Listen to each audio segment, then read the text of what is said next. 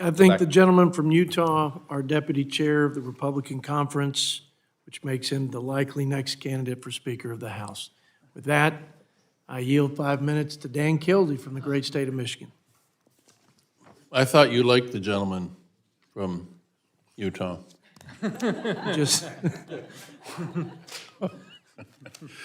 Thank you, Mr. Chairman, and I thank you and the ranking member for holding this meeting. Mr. Swagel, good to see you again. I promise no references to professional wrestling, and I just made one.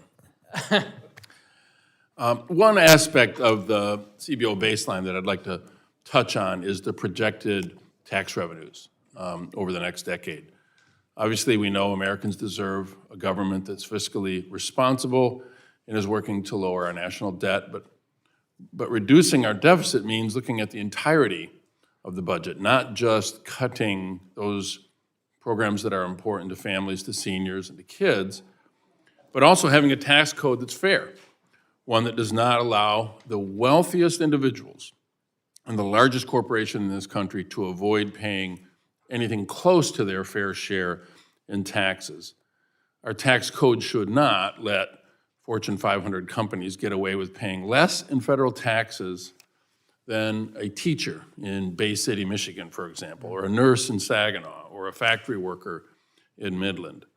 So let's just quickly review the facts. Under President Trump, Republicans added $8 trillion to the national debt, including nearly $2 trillion alone from the Trump tax scam. That gave overwhelming benefits to the wealthiest millionaires and billionaires in America. And now we see a desire to extend those tax giveaways to the super wealthy. So, Mr. Swagel, the CBO issued a report last May, and I know Mr. Doggett addressed this, but I wonder if you might be specific on this if you could. The CBO report last May dealt with this issue. How much would according to your report, how much would extending the Trump tax cuts for the wealthy add to our national deficit? After 2025, when many of the provisions expire, extending all of the expiring provisions would run about $300 billion a year. But just to be clear, when you aggregate that, the May 2023 report found that extending the Trump tax cuts to the wealthy Americans, large corporations, would add $3.5 trillion to the national deficit. That's what the report indicated, correct? In total over time. 3.5 trillion, thank you. So, Mr. Chairman, I would ask unanimous consent to enter into the record the nonpartisan CBO office May 2023 report that found extending the Trump tax cuts would add 3.5 trillion to the deficit through 2033. without objection, so ordered. Thank you. Also, under Democratic leadership, for me anyway, one of the proudest achievements was capping the cost of insulin at $35 a month out of pocket for our seniors.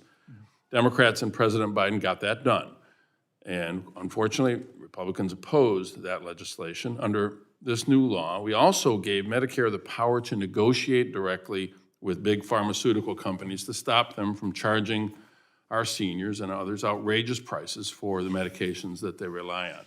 On February 1, the Biden administration took the very important step in implementing this new program, sending companies that make 10 of the most expensive drugs initial offers to kick off the negotiating process. And I wonder, Director Swagel, if you might let us know how much drug price negotiation program established under the Inflation Reduction Act would reduce our national deficit and save the American people over the next 10 years.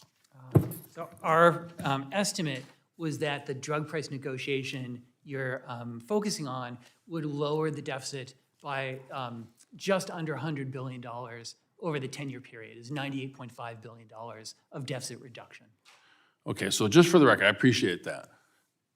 The proposal to extend the Trump tax cuts would add $3.5 trillion to the deficit. And the Democrats and the Biden administration approach to drug price negotiation would save $100 billion. I got that right? Yeah, I think you've got the numbers. Actually, you've got it right because those are your numbers. I appreciate it very much. I yield back.